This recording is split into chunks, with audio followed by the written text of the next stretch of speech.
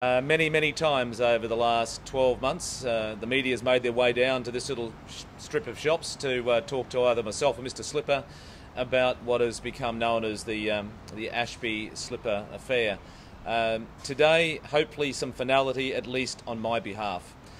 Yesterday, the full bench of the Federal Court spoke loud and clear, and in doing so, totally exonerated all of my actions, made it very clear in no uncertain way that all of the actions that I undertook were appropriate, that I colluded with no one, that what I had done was, in relation to every aspect, was fair and equitable.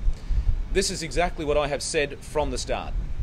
I also said that it was appropriate that I should not comment after Judge Rary's made his judgment because the matter was not finalised. I also said at the time that Sue and I both had absolute confidence that the full bench of the Federal Court would ultimately prove that the Australian judicial system works, and it has. The findings that Judge Rary's brought down were found to have omitted fact, to not take into account evidence that was provided, and to have arrived at conclusions where there was no evidence. And that is precisely what I had said all along. So now the matter is up to Mr Ashby.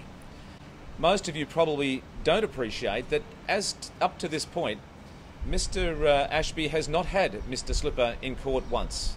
It has all been Mr Slipper taking an action against Mr Ashby so that the prima facie allegation, which is one of sexual harassment, could in fact not be heard. And what the full bench of the Federal Court has stated yesterday is that Mr Ashby has the right, as every Australian does, that if they feel that they've been wronged, to use the processes and the legal system in Australia to find justice. I make no judgment. I make no judgment whatsoever as to Mr Ashby's claims. They are for others. I would just finalise this by saying one other thing. Whilst it's been a difficult and challenging time for my family, as I'm sure it has been for others involved with this, there have been those in the media and there have been those in the political arena who have continued to make comment way beyond what was reasonable in relation to these issues before they were finalised. I would now like to think that some of those people would have the gumption to stand up and admit that they were wrong, that the comments that they made were unfair, that they were politically based, and show some common decency. But I won't hold my breath.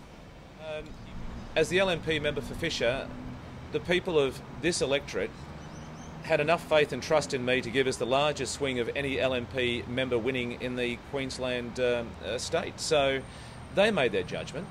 Mr Slipper, on the other hand, got the lowest recorded primary vote of any sitting Member of Parliament, recontesting his seat.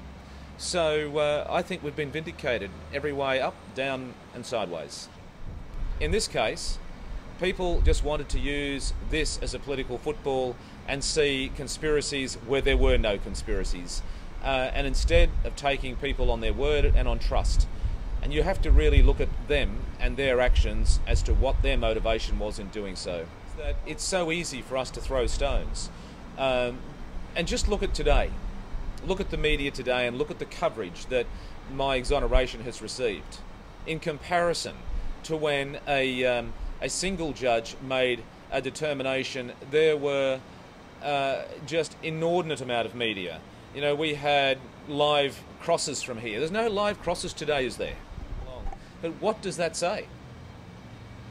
So for many people, they won't happen to see this moment in time, but ad nauseum, the phraseology used in the judgment of Judge Rary's, which was found to be so wanting, was repeated and repeated and repeated.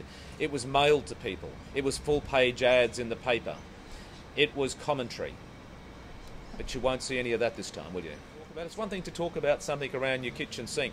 It's another thing for journalists and politicians to actually print allegations and to make statements which are baseless. This is what I believed would happen all along, and I'm glad that my faith in the judicial system has been repaid.